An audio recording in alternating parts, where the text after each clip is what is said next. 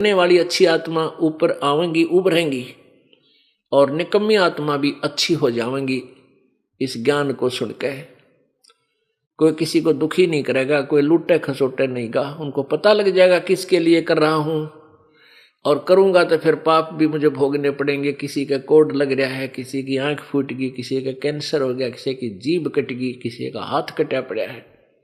ये पाप कर्मों के परिणाम है। फिर जब कोई ये पता हो जाएगा कि ये जैसे जो हमें आपदाएं आती हैं ये हमारे पाप कर्मों से आती है, फिर कोई बुरा नहीं कर सकता। अनजानपने में हाथ जला रहे हैं हम, अनजानपने में नंगे तार को, बिजली के तार को जिसमें करंट होता है उसको भी छू लेता है बालक, और मृत्यु को प्राप्त हो जाता है। और जब वो बड़ा होता है, समझदार होता है, उसको ज्ञान होता है कि इसमें भयंकर बिजली है, नंगे तार को आप भी हाथ नहीं लगाता और दूसरों को भी नहीं लगाने देता, दूर से आवाज लगाता कि इसके निकट ना जाना, इसमें बिजली है, मर जाओगे। तो पुण्यात्माओं, ये जो पाप अज्ञानता में कर रहे हैं, कोई मिलावट करता है, कोई चोरी कर रहा है, कोई लेकर नहीं देता, कोई झूठ बोल रहा है, कोई रिश्वत लेता है, ऐसे ऐसे जुल्म कर रहे हैं, कोई दहेज मांगता है, परेशान करता है किसी दूसरे को। और जो जिसके अधीन है, जैसे पत्नी अधीन है पति कर, वो अपनी पत्नी को तंग करता है तो पाप का भागी होता है। ऐसे ही जो जिसके अधीन है, वो तगड़ा आदमी से नीचे वालों को परेशान करता है, उसको बहुत बुरा हाल होता है। तो फिर हमने डर लगेगा कि आत्मा परमात्मा की है, और इनको हम दुखी करेंगे तो प्रभु हमसे नाराज हो जाएगा, क्योंकि उसके बालक हैं ये उस धनी के बच्चे हैं। धनी के बच्चों को कोई तंग करता है तो उसकी फिर शात आया करे, उसकी खूब पिटाई करता है वो, तो फिर हमने डर लगेगा, फिर हम गलती नहीं करेंगे। पंजा दस्त कबीर का सिर पर रखो हंस, यम किंकर चंपे नहीं उधर जाते है वंश। दर्द बंद दरबे से है सतगुरु पुरुष कबीर, नाम लिए बंद छूटे है और टूटे यम जंजीर। सतगुरु पुरुष कबीर हैं 3 लोक तत्सारे, कोट 49 पृथ्वी 14 भवन उधार। सतगुरु पुरुष कबीर हैं 3 लोक तत्सारे, 2 4 की क्या चले ये उधार हंस अपार। सतगुरु पुरुष कबीर हैं 4 युग परवान, झूठे गुरुआ मर गए ये हो गए भूत मसान। गरीब झूठे गुरु के आश्रय कदे न उधरे जीव, सच्चा पुरुष कबीर है आद्य पुरम गुरु पीव। गरीबदास जी बता रहे हैं कि पंजा दस्त कबीर का सिर पर रखो हंस, और जम किंकर चंपा ने यम के दूत तुम्हारे निकट नहीं आएंगे, भूत प्रेत कभी निकट नहीं आएंगे, और तुम्हारा पूरी वंश आने वाली पीढ़ियां भी पार हो जाएंगी। इसके चरणों में लगे रहना। पंजा दस्त कबीर का सिर पर रखो हंस। अब कबीर जी का पंजा हमारे सिर पर कैसे रहेगा? जब लग हंसा हमारी आना, काल लगे ना तुमरा बाना। जब तक हम कबीर परमेश्वर की मर्यादा में रहेंगे, उनके नियम में बंधे रहेंगे, मर्यादा का पालन करेंगे, नाम खंड नहीं करेंगे, तो उनका पंजा आपके सिर पर बना रहेगा। यदि आप नामखंड कर दोगे तो फिर काल आपको नहीं बख्शेगा। पंजा दस्त कबीर का सिर पर रखो हंस, ये यम किंकर चंपे नहीं उधर जाते है वंश। सतगुरु पुरुष कबीर का विखम पंथ बैराट, शिवसन का दिक ध्यावे ही मुनिजन जो है बाट। लख लख योजन उड़त हैं ये सुर नर मुनिजन संत, ऊंचा धाम कबीर का है कोई न पावे अंत। कहते हैं समाधि लगा लगा के ये ऋषि जन न जाने कितनी ऊंचाई तक इनकी समाधि पहुंच जाती है, लाख लाख योजन तक पहुंच जाते हैं, लेकिन परमात्मा के महल में इन समाधियों से नहीं जाया जा सकता। उसका तरीका न्यारा है। अब क्या बताते हैं कि जब धर्मराज के दरबार में परमात्मा के साथ गरीबदास जी गए तो आंखों देखा हाल बोल रहे हैं। धर्मराय दरबार में देई कबीर तलाक, मेरे भूले चूके हंस को तू पकड़िए मत कजाक। ओह, धर्मराज के दरबार में परमेश्वर जाकर बोले कि ए धर्मराय, ओ कजाक, यानी जैसे डांट मारा कर नीचे वाले अधिकारी पर बड़ा अधिकारी कजाक कहते हैं। और निकम्मे और डफरमैन, मेरी बात सुन ले। धर्मराज को परमात्मा ऐसे बोल रहे हैं। धर्मराय दरबार में दे कबीर तलाक, मेरे भूले चौके हंस को तू पकड़िए मत कजाक। कि मेरा कोई हंस है जिसने मेरा नाम ले रखा है, उसको तू पकड़, उसको तू हिसाब मत करना, उसका कोई अकाउंट नहीं करेगा। फिर धर्मराज क्या बोला? बोले पुरुष कबीर से धर्मराय कर जोड़, हाथ जोड़कर न्यायाधीश बोला, तुमरे हंस न चंपा हूं मन 2 लाख करोड़। आपके जो उपदेशी हैं, आपकी शरण में जो आ गए आपके हंस, उनको मैं नहीं पकड़ूंगा, ना उनका कोई अकाउंट करूंगा। मन 2 लाख करोड़, लाख तौबा है मेरी।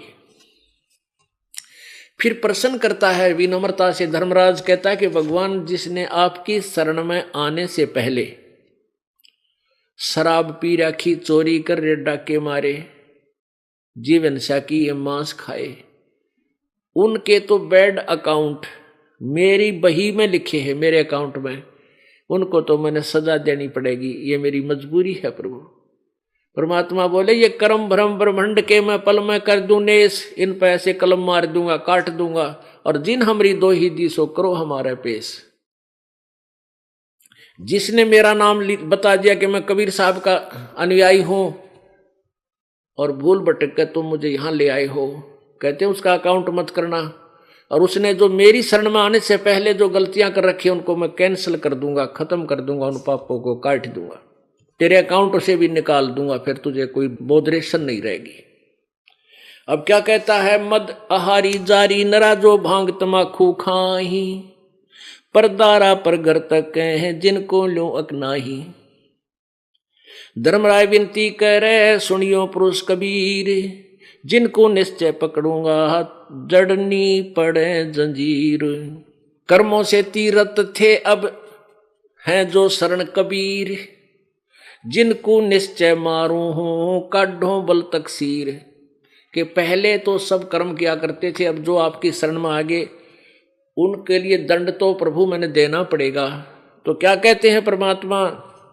पहले किए सो बख्श हूं आगे करे ना कोई, कबीर कहे धर्मराय से नाम रटे मम सोई। के पहले जो किए उन्हें बख्श दूंगा, कैंसिल कर दूंगा।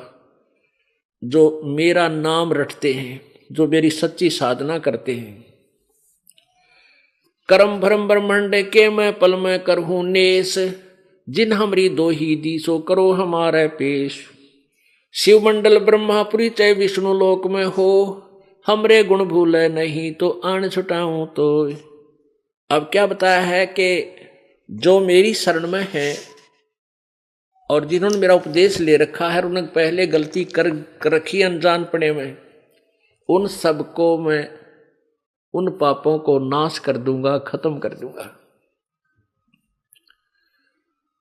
और आगे मैं इतना ज्ञान दे देता हूं कि परमात्मा कहते हैं ऐसा ज्ञान दूंगा कि वो बहुत प्यारी आत्मा गलती नहीं करेंगे।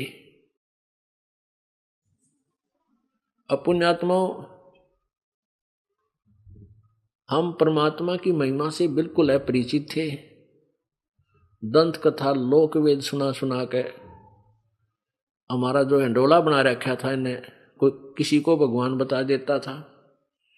कहीं पर कितना 4 ईंट लगा रखी है, मंदिर बना रखा है, और किसी मूर्ख ने कह दिया ये इसमें है भगवान, उड़ा कुत्ते मुत्ते एक मंडी सी बना रखी है और हम उसने पूजा करते और कुत्ते उड़ा मुझ कर जाते।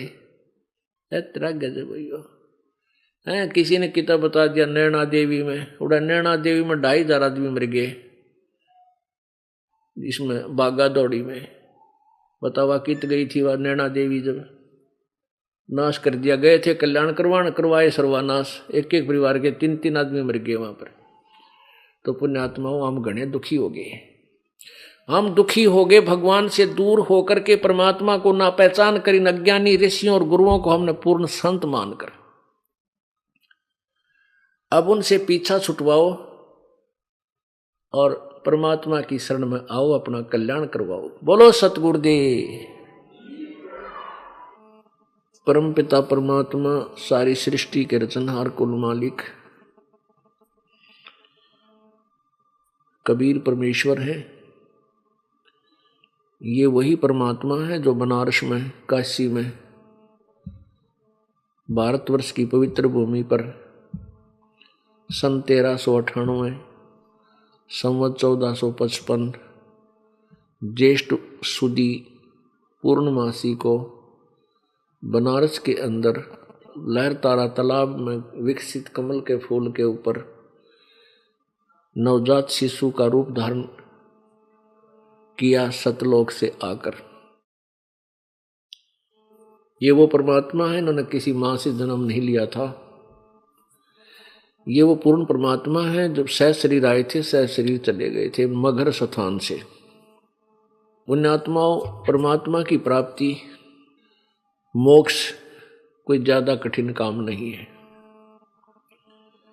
सबसे कठिन काम है ये निर्णय करना कि परमात्मा कौन है, उसके पाने की विधि कौन सी है, और पूर्ण संत प्राप्ति, ये तीन चीज कठिन है। जब पूर्ण संत मिल जाएगा तो ये संशय भी निवारण हो जाएंगे। अब ये सत्संग जो तत्व ज्ञान के आधार से किया जाता है,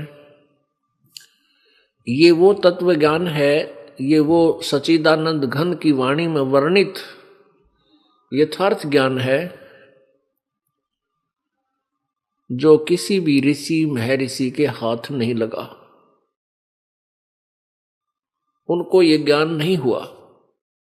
केवल कुछ एक पुण्यात्माओं को परमेश्वर स्वयं आकर के सतलोक से आकर के मिले, जैसा कि उसका विधान है। परमात्मा स्वयं ही आते हैं, अपने तत्व ज्ञान को ठीक ठीक वो स्वयं ही प्रचार करते हैं। परमात्मा की परिभाषा अर्थात अपनी जानकारी वो स्वयं ही आकर के बताते हैं, क्योंकि काल भगवान ने सब मिथ्या ज्ञान लोक वेद पूरे मानव समाज में प्रवेश कर रखा होता है। उसी पूर्ण परमात्मा ने आज से लगभग 600 वर्ष पूर्व यही तत्व ज्ञान सच्चिदानंद घन की वाणी में, अपनी कबीर वाणी में लिखवाया हुआ था, उच्चारित किया था, बोला था, जो धर्मदास जी साहेब ने उसको लिपिबद्ध किया था। और वो ज्ञान आज सभी सदग्रंथों से भी मेल खाता है। अब इस तत्व ज्ञान के आधार से निर्णय किया जाएगा कि परमात्मा कौन है, कुल का मालिक कौन है, और उसके पाने की विधि क्या है। ये स्पष्ट हो जाने के बाद फिर परमात्मा का पाना कठिन नहीं, क्योंकि परमात्मा की भक्ति बहुत ही साधारण है, जिसको प्रत्येक वर्ग कर सकता है। गरीब से गरीब कर सकता है, बीमार कर सकता है, रोगी और स्वस्थ सभी भगवान को प्राप्ति कर सकते हैं। लंगड़े लूले जो भी हैं वो परमात्मा प्राप्ति कर सकते हैं। ये निर्णय होते ही कि परमात्मा ये है, कबीर देव है, कबीर भगवान, और यही पूजा के योग्य है, इसके पाने का ये मंत्र है, और पूर्ण संत से ही मंत्र प्राप्त करके भक्ति की जाती है। ये तीनों चीज मिलने के बाद, स्पष्ट हो जाने के उपरांत, चलते फिरते, बैठ के, लेट के, सफर में, यात्रा में आप उस नाम का जाप करते रहिए। और गुरु मर्यादा में चलिए, जो भी धर्म क्रियाएं बताई हैं वो करते रहिए।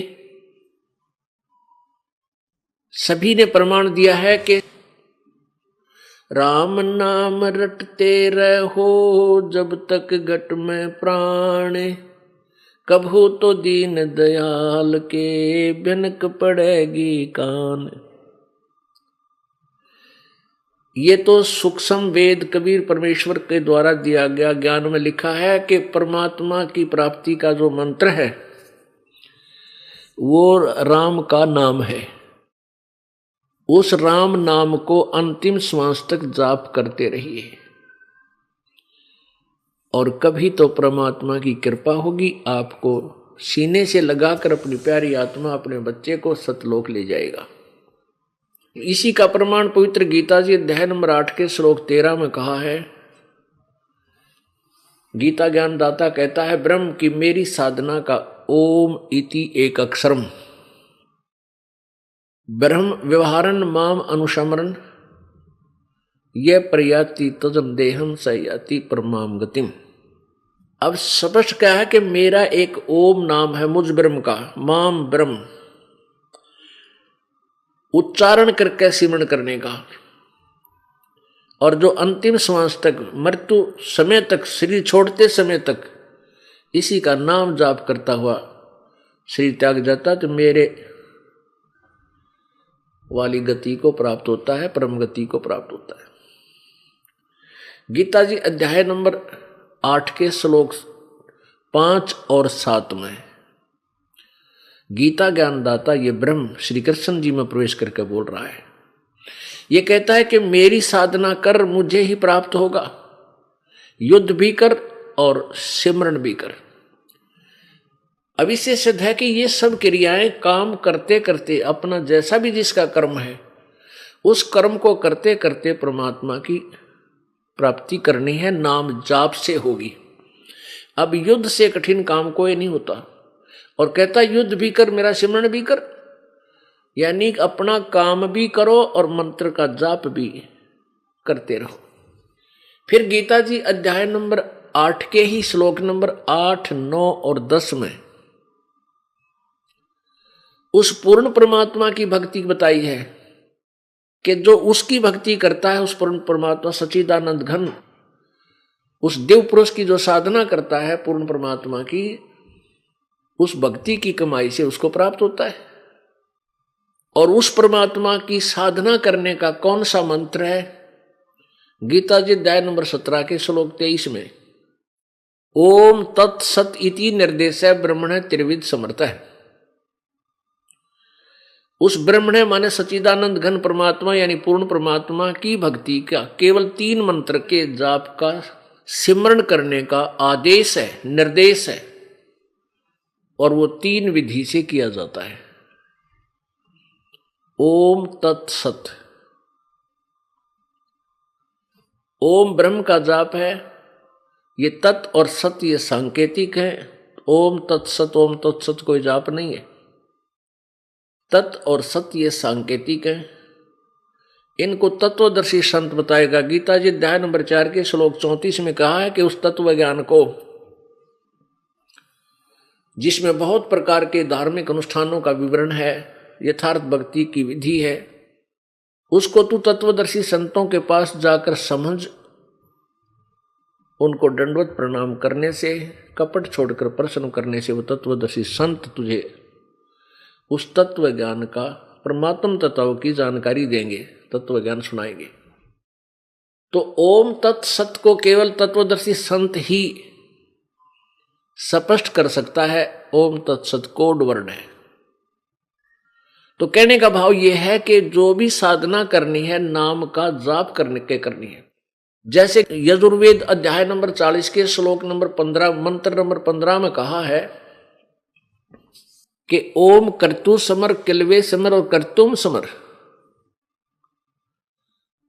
ओम नाम का जाप काम करते करते सिमरण करो, विशेष कसक के साथ सिमरण करो, और अपना मूल कर्तव्य जानकर, मनुष्य जीवन का मूल कर्तव्य है परमात्मा की भक्ति, ये जानकर उसका सिमरण करो। तो इन पवित्र सदग्रंथों ने सिद्ध कर दिया कि परमात्मा के पाने का केवल एक जाप मंत्र है। ब्रह्म तक का ओम जाप है। इससे अतिरिक्त जो कोई अन्य मंत्र जाप करते हैं, जैसे ओम नमः शिवाय, ओम वासुदेव भगवते नमः, ओम एवं नमः, ये इस तरह के जो मंत्र हैं ये कोई जाप के नहीं है, कोई भी सदग्रंथ प्रमाण नहीं देता इनका। तो ब्रह्म का जाप है ओम, और परब्रह्म का जाप है तत्। तत् मंत्र वो और है जो ये दास बताएगा। ओम और तत् मंत्र मिलकर 2 अक्षर का ये सतनाम बन जाता है। जिन भक्तात्माओं को ये सतनाम प्राप्त है वो समझ रहे हैं। और तीसरा मंत्र जो है वो सत, ये सांकेतिक है, ये सार नाम भी कहलाता है। ये पूर्ण परमात्मा का है। इन तीनों मंत्रों का जाप करना है, और तीनों मंत्रों का सिमरण जो है 3 विधि से होता है। तीर विधि 3 प्रकार से ऐसे परमात्मा पाया जाएगा। ये बहुत आसान है। आप यहां से बस में बैठते हो, अपने कार्य तक जाते हो, घर से अपने कार्यालय तक या किसी अपने दुकान की तरफ के तक, या कोई अन्य कार्य से रिश्तेदारी में जाना होता है, तो उसमें अपना मंत्र करते हुए जाइए, किसी से बात भी ना कीजिए, क्योंकि यात्री से कितनी बात कर सकता है आदमी। 2 मिनट कहाँ से आया, यानी साथ बैठा है तो इतना पूछ सकते हैं कहाँ जाएगा, कहाँ से आए हो, बस।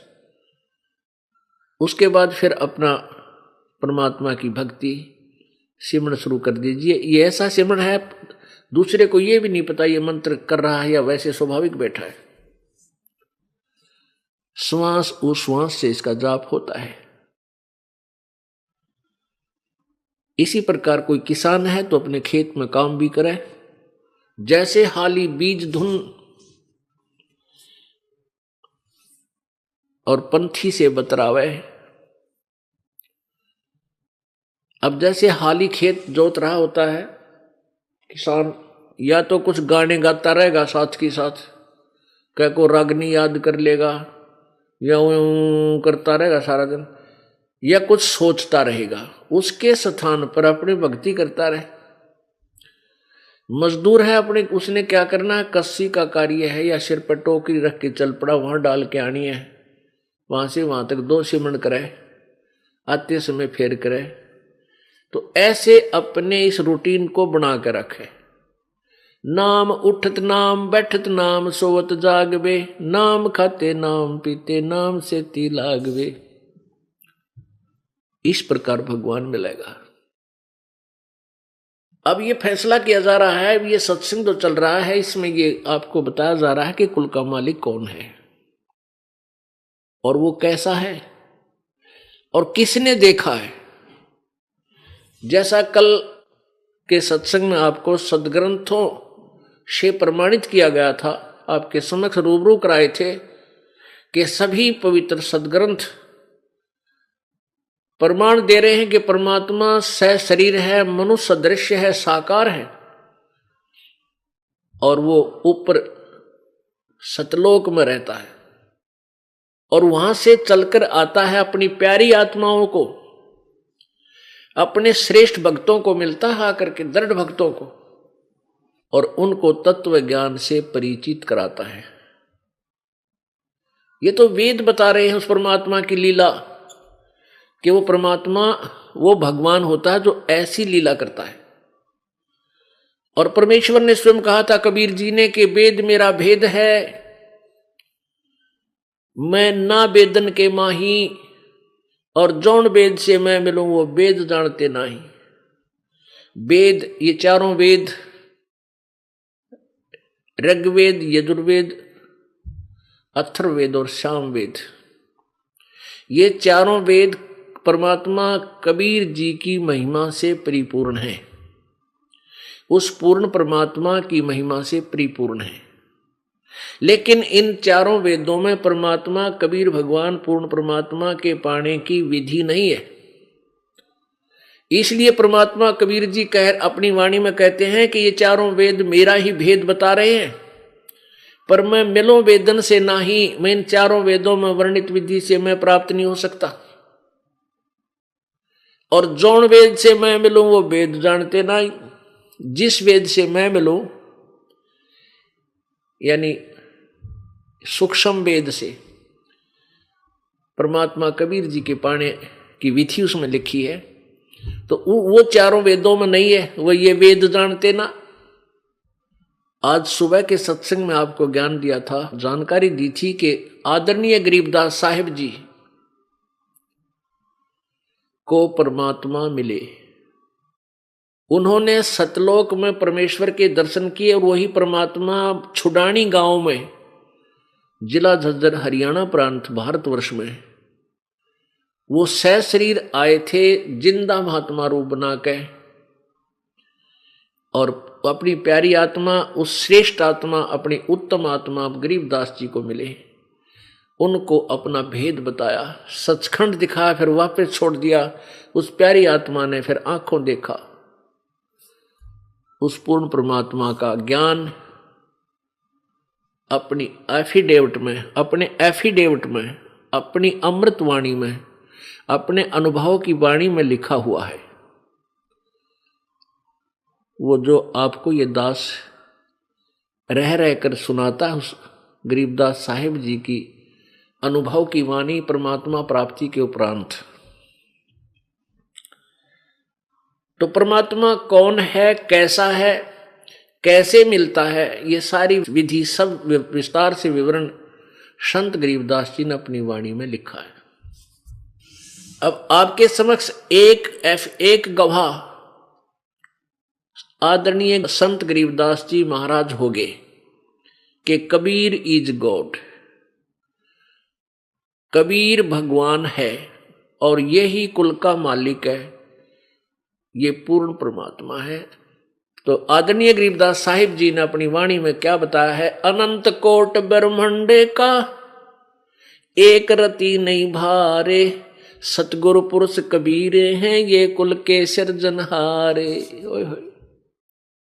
अनंत कोटि ब्रह्मांड का वो ही रचने वाला है, और उसके ऊपर उनका इतना विभार नहीं है कि अपने वचन से, अपनी शब्द की शक्ति से इन सबको घुमा रखा है। सब चक्कर काट रहे हैं उस परमात्मा के एक वचन से, कैसे चलो तुम, ये अपने आप चल रहे हैं। अब आपके समक्ष दूसरे गवाह, वो प्यारी आत्मा जिनको परमात्मा प्राप्त हुआ, वो बताते हैं। आदरणीय दादू साहेब जी, दादू साहेब जी जब 7 वर्ष के थे, 7-8 वर्ष के बालक थे, बच्चों में खेल रहे थे, वहां एक बूढ़ा बाबा बनकर, यानी जिंदा महात्मा के रूप में परमात्मा प्रकट हुए। उनको तत्व ज्ञान से परिचित कराया और उस आत्मा को लेकर परमात्मा ऊपर सचखंड में गए, सतलोक दिखाया। उधर से दादू साहेब जी का शरीर अचेत हो गया, बेहोश हो गए, लेकिन मृत्यु नहीं हुई। आत्मा ऊपर चली गई, शरीर को जीवित रखा प्रभु ने। 3 दिन और 3 रात तक बेसुध पड़े रहे, और जैसे सोपन देखते हैं ऊपर सतलोक, सचखंड सब कुछ दिखाकर तीसरे दिन वापस छोड़ दिया। उसके बाद उस दादू साहेब जी ने, आदरणीय दादू साहेब जी ने परमेश्वर कबीर जी की कलम तोड़ महिमा गाई है।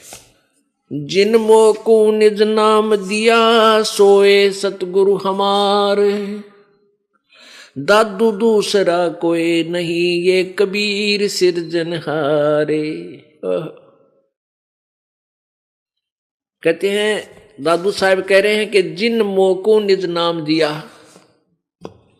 जिसने मुझे वो सही मंत्र दिया, निज माने खास, यथार्थ नाम दिया, और सोए सतगुरु हमार, दादू दूसरा कोई नहीं यो कबीर सिरजनहार। ओए होए, ये परमात्मा, ये बंदी छोड़। अब उस परमेश्वर के कितने गवाह हैं जिन्होंने परमात्मा को देखा है? आपके समक्ष उन सभी गवाहों की अमृतवाणी सुनाई जाएगी। दादू नाम कबीर की जय कोय लेवे ओटे, उनको कभू लागे नहीं ये काल वज्र की चोटे। दादू साहब कह रहे हैं कि जो नाम कबीर जी के सच्चे नाम की जो ओट ले लेगा पूर्ण संत से उपदेश लेकर, उसको काल के वज्र की चोट कभी नहीं लगेगी। अब काल का वज्र, वज्र माने एक भयंकर हथियार छोड़ दिया जाता था। वज्र होता था एक, जैसे आजकल मिसाइल होती है। कहते काल ऐसे गुप्त वज्र छोड़ देता है जिनके कारण जैसे कोई दुर्घटना होती है। अब काल के वज्र गुप्त कौन से हैं? जैसे दुर्घटना में एक ही परिवार के 3 आदमी मर गए, बता के बच्चा उस परिवार में। अब किसी क्षेत्र में बाढ़ आ जाती है, हजारों की संख्या में व्यक्ति मृत्यु को प्राप्त हो जाते हैं। किसी क्षेत्र में भूकंप आ जाता है, आपने सुना होगा कहीं कोई एयर क्रैश हो जाता है, कोई हेलीकॉप्टर दुर्घटनाग्रस्त हो जाती है, कोई बसें दुर्घटना हो जाती है, कितने ट्रेन टकरा जाती है, या कहीं पर कोई ऐसा कोई बीमारी आ जाती है, कोई हार्ट अटैक होता है। ये काल के वज्र हैं। और जो परमात्मा कबीर जी की शरण में आ जाते हैं उनके ऊपर ये अटैक नहीं हो सकते।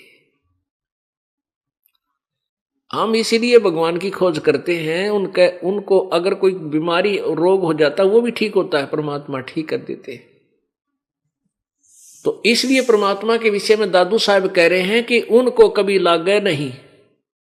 दादू नाम कबीर की जय कोई लेवे ओठ। नाम की ओट का तात्पर्य है जैसे आपने परमात्मा की शरण ले ली पूर्ण संत के द्वारा उपदेश लेकर, तो वह नाम की ओट होगी। कबीर जी के नाम की ओट, ओट माने शरण, रक्षा कवच। वो रक्षा कवच हो गया, भगवान अपने आप रखवाला होता है। और उनको कभू लगे नहीं काल वज्र की चोट। जो जो शरण कबीर के तिरगे अंत अपार। दादू गुण की ताक है कैतन आवे पार। जो कबीर जी की शरण में आए हैं ना जाने कितने पार हो गए, उनका वर्णन नहीं कर सकते। परमात्मा प्रत्येक कलयुग में, वैसे तो प्रत्येक युग में आते हैं, लेकिन उन 3 युगों में थोड़े ही जीव पार होते हैं और चौथे कलयुग में परमात्मा थोक के बाह से पार करते हैं बिना गिनती के। अब जो यह पिछली पीढ़ी प्रारंभ होगी, इसमें परमात्मा न जाने कितने लाखों करोड़ों अरबों तक को पार करेगा। और ये सुअवसर इसी युग में, कलयुग में और इस पिछली पीढ़ी में होता है। कुछ हजारों वर्षों तक ये ज्ञान चलेगा। हजारों वर्षों तक जो भी पुण्यात्मा परमात्मा की प्यारी होंगी, उनका जन्म आप पुण्यात्माओं के घर में अच्छी आत्माओं का होगा। वो पिछले पुण्यकर्मी प्राणी आएंगे, आपको भी कोई कष्ट नहीं होने देंगे, उनके कर्म इतने अच्छे होंगे। और फिर वो भक्ति करके अपना पार हो जाएंगे। हजारों वर्षों के बाद फिर नास्तिकता फिर पनपेगी, लोग दुष्ट हो जाएंगे। अब देख रहे हो कितनी गिरावट आ गई है समाज में, भक्त मनुष्य समाज में जुल्म हुआ पड़ा गति। और अब इस ज्ञान से एक बार फिर सेट होएगा, भगवान से डरने वाली अच्छी आत्मा ऊपर आवेंगी, उभरेंगी, और निकम्मी आत्मा भी अच्छी हो जाएंगी इस ज्ञान को सुनकर। कोई किसी को दुखी नहीं करेगा, कोई लूटे खसोटे नहीं गा। उनको पता लग जाएगा किसके लिए कर रहा हूं, और करूंगा तो फिर पाप भी मुझे भोगने पड़ेंगे। किसी का कोड लग रहा है, किसी की आंख फूट गई, किसी का कैंसर हो गया, किसी की जीभ कट गई, किसी का हाथ कटा पड़ा है। ये पाप कर्मों के परिणाम है। फिर जब को ये पता हो जाएगा कि ये जैसे जो हमें आपदाएं आती हैं ये हमारे पाप कर्मों से आती है, फिर कोई बुरा नहीं कर सकता।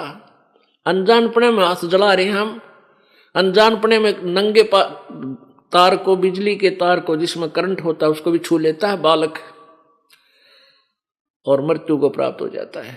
और जब वो बड़ा होता है, समझदार होता है, उसको ज्ञान होता है कि इसमें भयंकर बिजली है, नंगे तार को आप भी हाथ नहीं लगाता और दूसरों को भी नहीं लगाने देता, दूर से आवाज लगाता कि इसके निकट ना जाना, इसमें बिजली है, मर जाओगे।